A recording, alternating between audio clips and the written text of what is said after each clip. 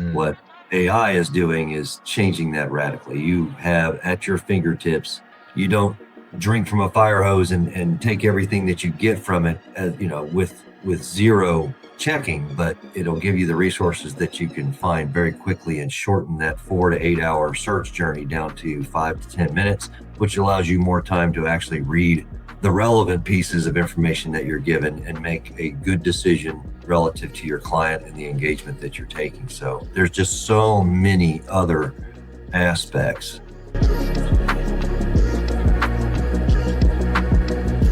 When you look at last year, 2025, what was one of the biggest lessons you learned that would have been your fifth, sixth year in the industry? Don't forget your first success and how you got there, and don't leave that behind. So pivoting toward technology, using Facebook, Google ads, etc., it's easy to throw that over the fence and forget what got you here. And what got me here was just picking up the darn phone and calling on business owners that I thought met a certain profile. And it may not be the business owner that actually turns into a listing. He or she may know someone during that conversation that you're having, and it's worth 5 minutes of your time to call someone. And it's not some daunting task. Most people, when you call them and you ask them if they're interested in selling their business, they don't scream and yell at you. They just either say yes or no. And in some of those conversations, they'll talk to you and say, no, but I know a buddy of mine that probably should sell. Well, was that worth 5 minutes of your time? Not saying that we all have time to do that, but don't forget how you got here, because those rules still apply.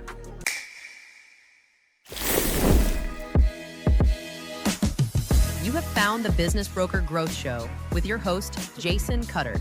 This is the podcast for brokers who are ready to stop hoping for deals and start growing their pipeline. Our goal is to bring you strategies, stories, and insights that will be a catalyst to move you quickly from transactional deal makers to trusted advisors. Time for Business Broker Growth. Hey everybody, Jason here, back with the after show with my friend Brandon Owens of First Choice Business Brokers. Brandon, how was the first segment? How was that after our little break? I don't know. It wasn't that difficult. I mean, we're talking about stuff that I do, so it kind of came naturally, I hope. Yeah, it did. It flowed really well. It's interesting how the time flies when, having a conversation like this. I think it's fun and interesting. And then, where the conversations go, what ends up being valuable that we talk about. And then, it's always fascinating to find out what others might be, might get value from as well. For people tuning in, obviously this is the after shows, the second segment, some additional questions. I've actually spoken with some brokers that they really like this after show because of the questions. It's kind of an interesting mix. It's a little bit different. If you didn't check it out, please make sure to check out the first episode. It will probably mean this makes a lot more sense, and you'll get a lot of value from that. So, Brandon, you ready for some hard-hitting questions? Just kidding. Have at it. Sure. All right. So the first one that I ask everyone is, if you think about it and plan ahead, what do you think brokers, M&A intermediaries will need to do to be successful in 5 years, which is now 2031, as crazy as that sounds? Oh my gosh. Belly up to the AI bar and engage social media it's like there's no tomorrow, period. The end. That's it. Those two. What now the second question is generally, what is the number one tech shift coming to M&A? When you say belly up to the AI bar, what does that mean for you relative to business brokers? Because there's a lot of ways you can use AI.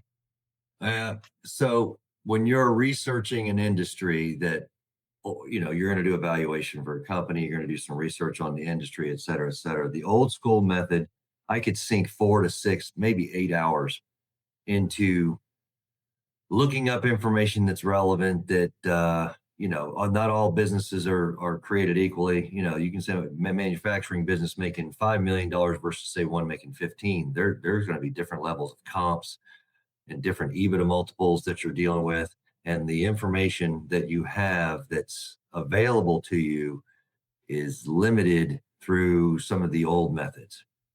What AI is doing is changing that radically. You have at your fingertips, you don't drink from a fire hose and take everything that you get from it, as with zero checking, but it'll give you the resources that you can find very quickly and shorten that 4 to 8 hour search journey down to 5 to 10 minutes, which allows you more time to actually read the relevant pieces of information that you're given and make a good decision relative to your client and the engagement that you're taking. So there's just so many other aspects that AI is bringing and impacts that it's going to have, that at some point, will probably revolutionize this industry to some degree. Yeah, and it's interesting, right? I'm gonna date myself age wise, but I think this generally applies to most business brokers. Maybe not all of them, maybe not most, but I remember a time in school early on in the library having to look something up, then find the card catalog, and then find, the book on the shelf, and then all that process, right? Yeah. And then you fast forward a whole bunch of years to being able to search for something online, maybe in the library, but maybe just online. You think Yeah. of that progression to save all that time so you can do what you need to do, right? And that mode there was like find the book and then find the part so I can do the actual research. And so when I hear you talking about, it's like cutting down that hunting time. So Oh, then it's the study time, right? Because there's still the part that you have to do with that information, but gathering that information, like, just make it quicker. yeah. And phrasing your search and getting it correct and learning how to it learns you as you use it too. That's the Yeah. haunting thing about AI, is that it learns how you want to see the information because of the phraseology that you use when you ask the question and then your follow-up questions. But yeah, I was kind of pushed into it by accident. And then I thought, well, I was sitting at my desk one day and I thought, well, I wonder what Chat GPT or Copilot or somebody else would say about this. And I punched in a question that I knew the answer to, right? Okay. And voila, it was correct. And then I looked at the source and I thought, well, hell, that's not far off at all. So um, started experimenting it a little bit more. And now I'm starting to use it and I'm becoming lazy to some degree. Like if you're looking for a car, you can go in there and say, well, here's what I like in cars. This is what I've had in the past. This is what I like and didn't like. And then it'll spit out and say, here are the best cars that you could be looking at right now. Good Yeah. grief. It shortens a lot of your research time, down to nothing, but it gives you more time to do the cerebral stuff that you really want time to do, which is to evaluate this fact versus that fact, and then maybe drill down a little deeper so that you're arriving at a safe conclusion. Yeah, I think that's good. Sidebar question for you. Because of how Shoot. you started with business brokerage as a buyer and the frustration and the pool of buyers, and what you deal with now with a pool of buyers on the listing, where do you see a tech shift for the buyer side? Do you have any thoughts on that? I really don't. I think that the current system the current system's kind of rigged unfairly against buyers, because unless you're right in front of a business broker or you bought something from them before, you're another name. Mm. So there's Yeah. probably an opportunity for someone out there to apply some tool where you can kind of help someone like me evaluate this seller versus that seller and an entire pool of them and say, okay, here's the priority of what your call should be based on the strength of this person's either financial background, their capital injection availability, et cetera, so that it's just not this wild, wild west approach right now. Usually it's the empty can rattles the most, the squeaky Mhm. wheel gets the grease. Yeah. That's who's getting the attention. And I feel there are only so many hours in the day, and I on a really popular listing, there's no way I can call everyone back that calls me, not and still have a life outside of business brokerage. But even the emails become a little onerous to deal with. But yeah, I don't know that I have a clear picture of what is going to happen in the future as it relates to kind of streamlining that for Yeah. them. You know, Yeah, it is an interesting thing, because if you think of the closest comparison possible, which would be residential or commercial real estate, in that mode there, like residential real estate, there's currently a broker on both sides. And Yeah. so there's some desire to make a good marketplace where, the buyers can find what they need and the sellers can list what they need, right?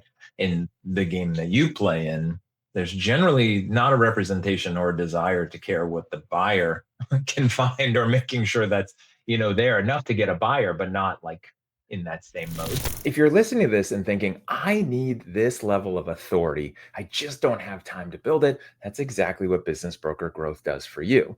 Most brokers know that they need consistent content, better positioning, and real digital visibility. They just don't have the bandwidth to create it or the systems to keep it going. That's what we do here. We build that whole thing for you. The content engine, the visibility strategy, and the authority signals, everything we've talked about here on the podcast.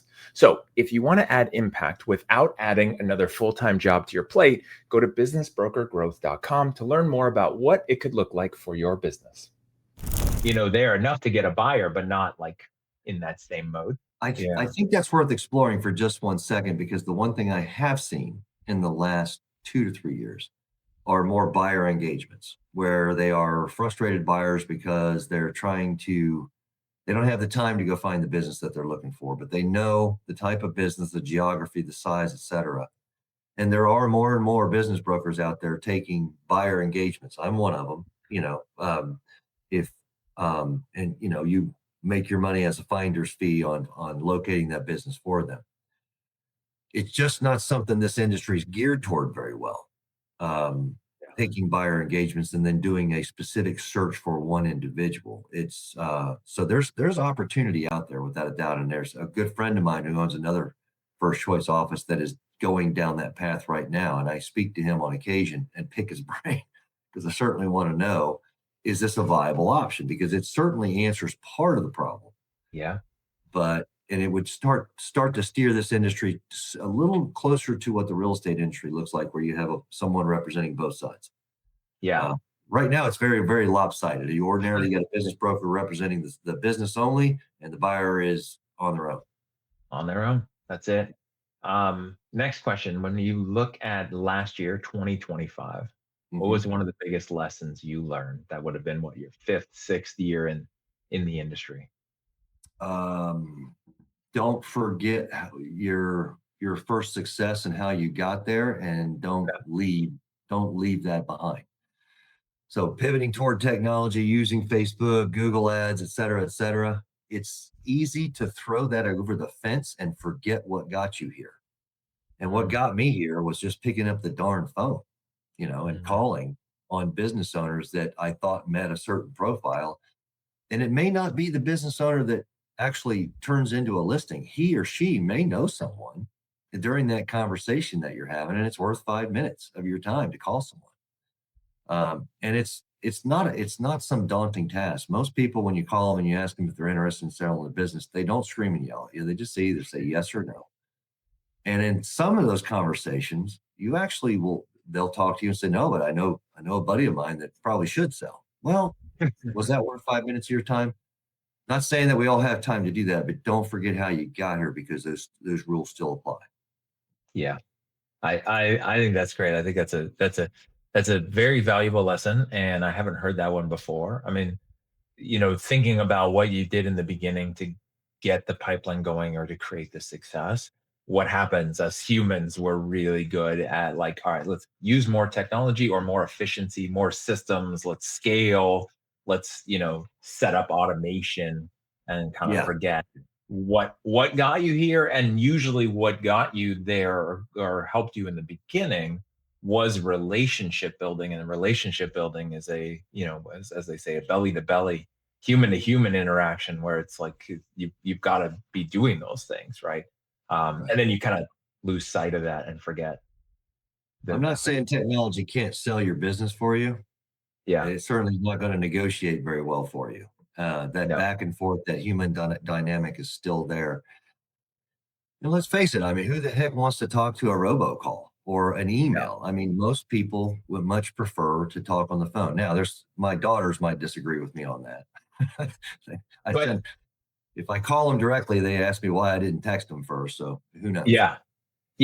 I'm that way too. Like if my parents call me, it must be an emergency, because even with my age and their age, what's going on. Because once they retired, they were super busy. When they were working, they were super busy. They know I'm busy. So we text and Yeah. maybe coordinate a phone call. Now they live close by, which is great. But like, otherwise, that's how we just do things because everyone is busy or doing other things.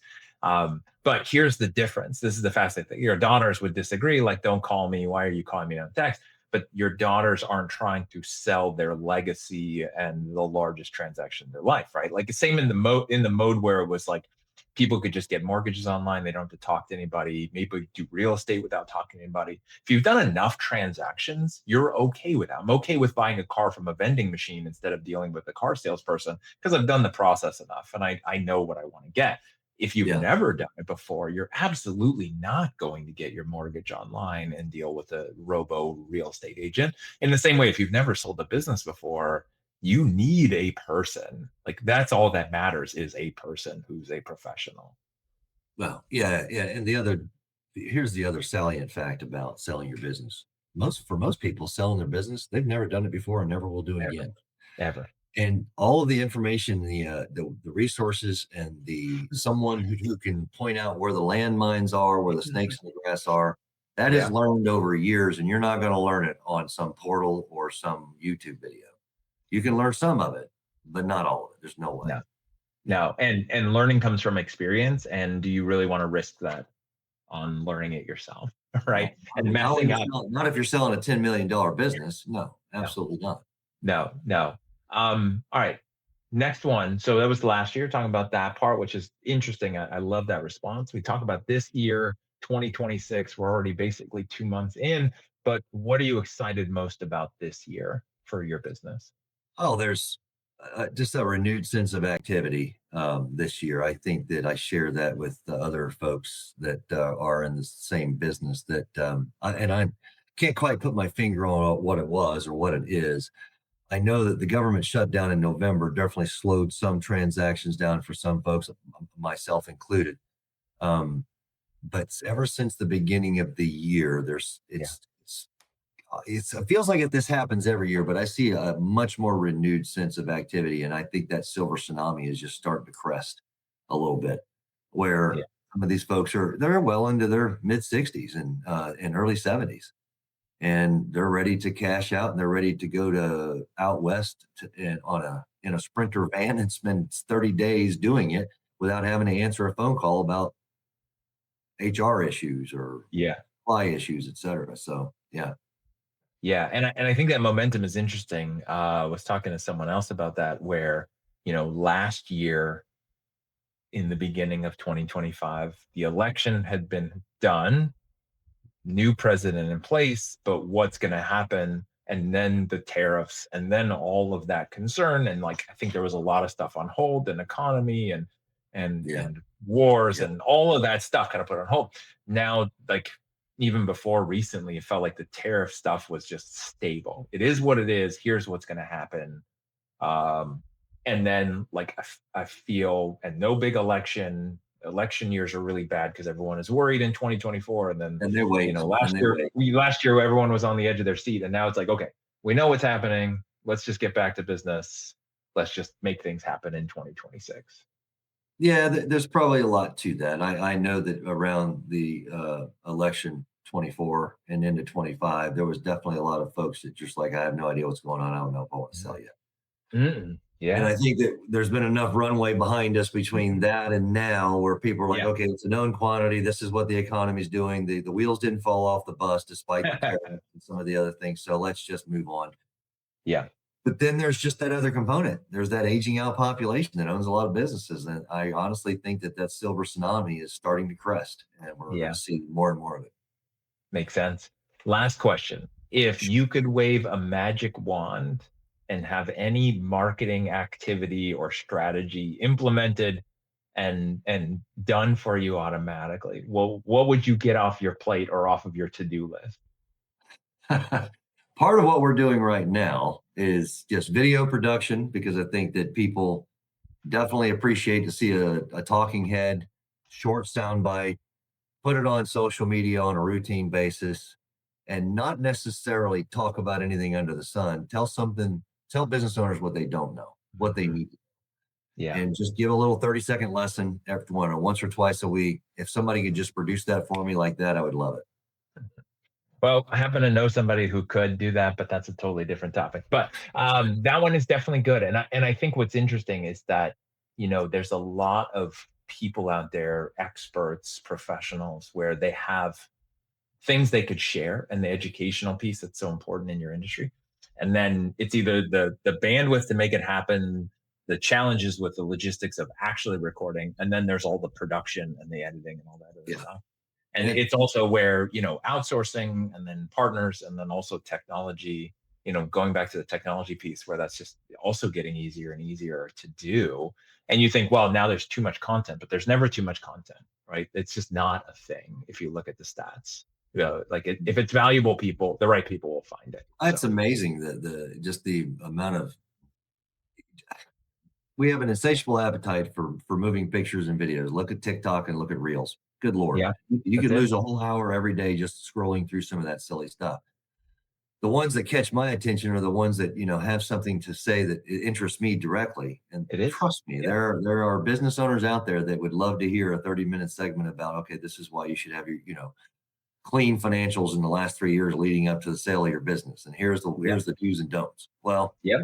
that's good information. We need to get that out as a public service announcement more than anything else. Yeah. Yeah. Yeah, I think so. So, well, Brandon, I appreciate you being here. Extra bonus time in the after show and answering all these questions. It was interesting because we dove into some things really deeper than normally do in the after show. So this was valuable. I took even more notes than I had the first time. Hopefully you had a good time. I appreciate you being here, giving us even extra time. Likewise, I appreciate it. I had a great time, and thank you very much. Appreciate Yeah, it. and for everyone tuning in, if you want to get a hold of Brandon, the links will be in the show notes. Mentioned them in the first show. You can go to businessforsaleohio.com. You can find him, Brandon Owens, on LinkedIn. His email will be in the show notes as well, and you can find him, reach out to him, talk to him, get these nuggets, get some value. If you're if you're a business broker or a business owner, definitely chat with him. And if you have a daycare, definitely see Brandon. That's if you watch the first episode, you know what that means. But again, appreciate you being here. Thanks everyone else for tuning in. And until next time, stop hoping for deals and start growing your pipeline.